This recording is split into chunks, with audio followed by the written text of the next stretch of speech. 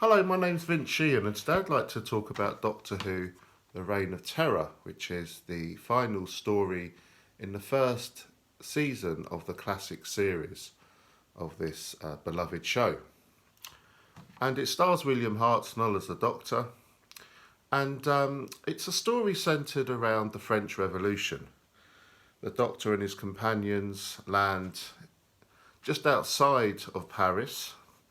Ian and Barbara want to be home in London, but the Doctor's got it a bit wrong, as you'd imagine, and they're just a little bit out of London, just outside Paris, but also a couple of centuries away as well.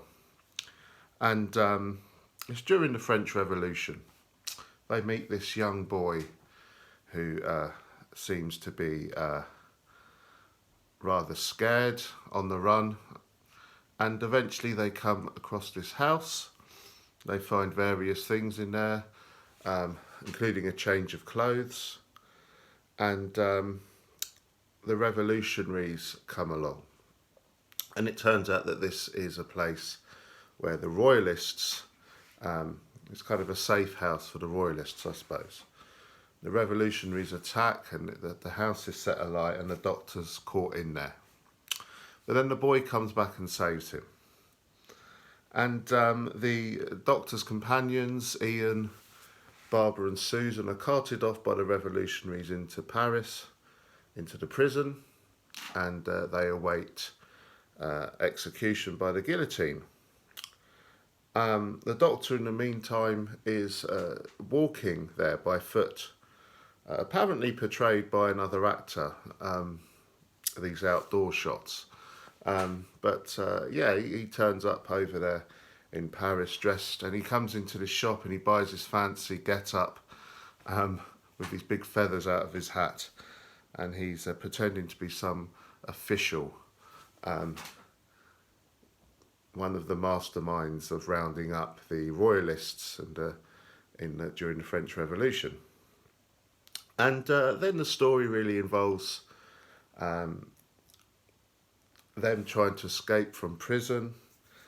And Ian also gets wind of this spy called James Sterling, and he has to pass this message on to him. And the spy turns out to be, a rather unexpected character. I won't spoil it for you. And the story has a rather delightful cameo of a figure no less than Napoleon Bonaparte. And it's a rather, good story, actually. I quite like this. I have to be honest, my attention flagged towards the end. It's a six-parter, of course, like many of them are in those days.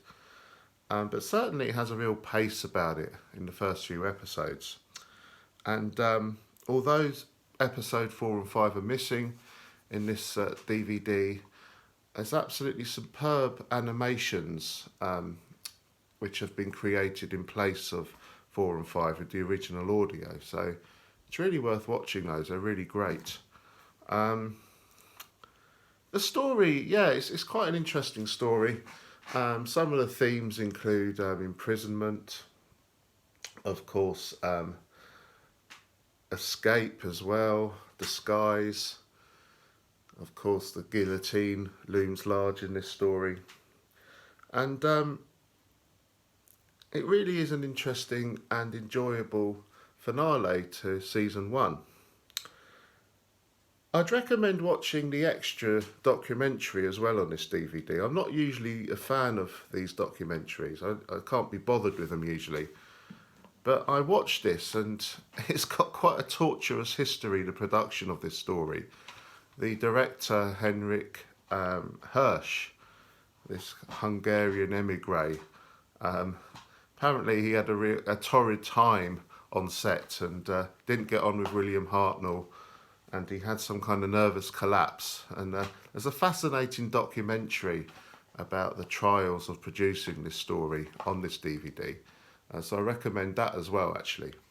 But the story itself is solid, it's very enjoyable. I think it just lacks a bit at the end. I got a bit kind of tired with it.